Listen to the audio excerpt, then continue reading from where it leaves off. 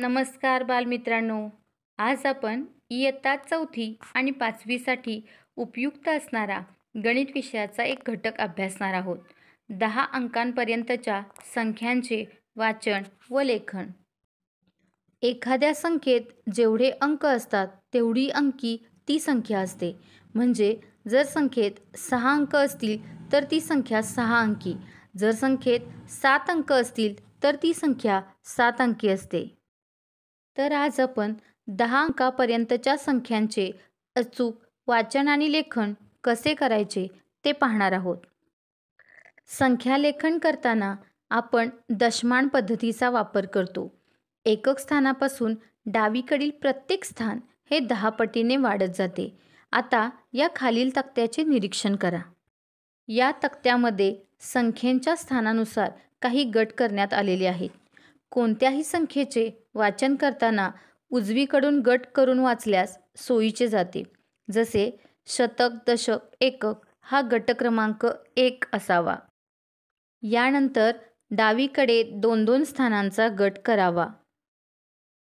कोणत्याही संख्येचे वाचन व लेखन योग्य प्रकारे होण्यासाठी संख्येतील अंकांचे अशा प्रकारे गट पाडावेत आणि त्यासाठी स्वल्पविरामांचा वापर करावा. आता पुढील उदाहरणातील संख्येचे वाचन कसे करावे हे आपण समजून घेऊया. या संख्येचे वाचन करताना सर्वात प्रथम आपण याचे उजवीकडून गट करून स्वल्पविराम देऊया. आपला पहिला गट असेल एकक, दशक आणि शतकचा. दुसरा गट असेल हजार, दशहजार.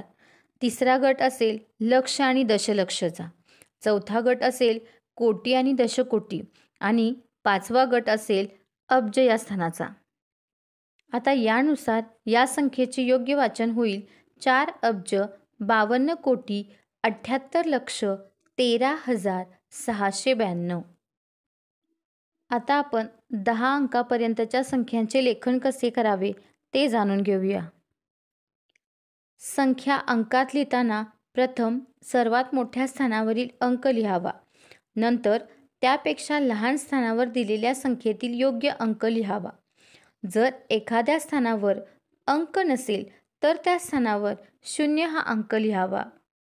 समजा आपल्याला 7,314,00,000 ही संख्या अंकात लिहायची आहे, तर या संख्येत कोटी या स्थानावरती 7 लिहून दशलक्ष, लक्ष, दशहजार, हजार या प्रत्येक स्थानावर 0 लिहावा लागेल आणि मग 3, 1, 4 हे अंक अनुक्रमे शतक, दशक, एकक या स्थानी लिहावे लागेल.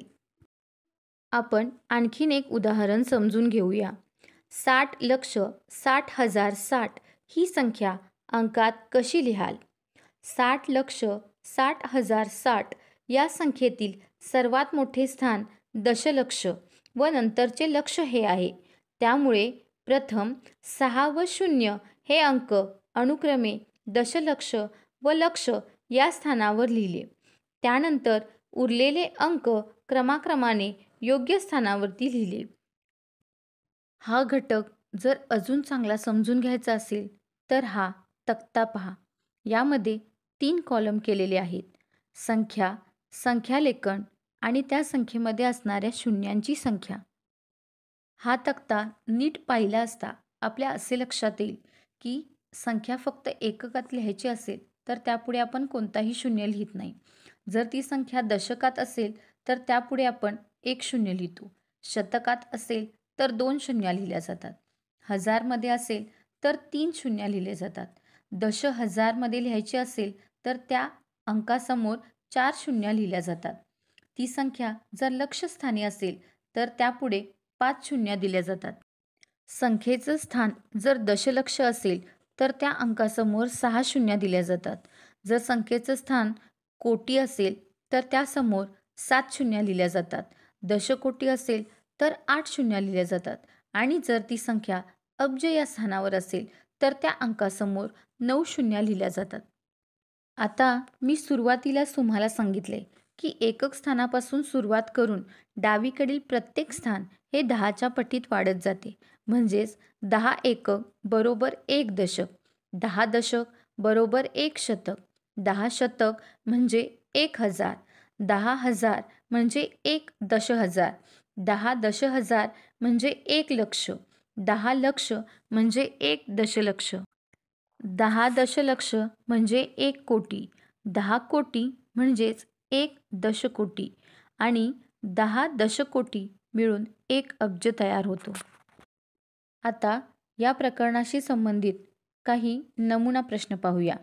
पहिला प्रश्न आहे 15,15,15 ही संख्या अंकात लिहा. आता ही संख्या अंकात लिहिताना आपल्या असे लक्षात येईल की 15 कोटी आहेत, म्हणजेच 15 दशकोटी आणि कोटी या घरात आपण लिहूया. त्यानंतर 1515 म्हणजेच 1515, पण इथे आपल्या असे लक्षात येईल की दशलक्ष, लक्ष आणि दशहजार या घरामध्ये कोणताही अंक नाही, त्यामुळे आपण त्या ठिकाणी 0 लिहूया. आता 15,15,15 या संख्येचे अचूक अंकात लेखन असेल याप्रमाणे. आता पुढील प्रश्न पाहूया. 5,09,77,599 या संख्येनंतर येणारी क्रमिक संख्या कोणती? पहा, क्रमशः पुढील म्हटले असता आपण +1 करावा आणि जर आपल्याला क्रमशः मागील संख्या विचारली असेल तर -1 करावा. 5,09,77,599 मध्ये 1 मिळवला असता आपल्याला क्रमशः पुढील संख्या मिळेल 5,09,77,600. आता आणखीन एक प्रश्न पाहूया. 45,79,817 ही संख्या 5 सहस्त्रने वाढवल्यास आपल्याला कोणती संख्या मिळेल? तर हे पहा, 45,79,817 मध्ये 5 सहस्त्र म्हणजेच 5,000 वाढवले म्हणजेच मिळवले असता आपल्याला तयार होणारी नवीन संख्या मिळेल 45,84,817. व्हिडिओ आवडल्यास लाईक करा आणि चॅनलला सबस्क्राईब करा. थँक्यू.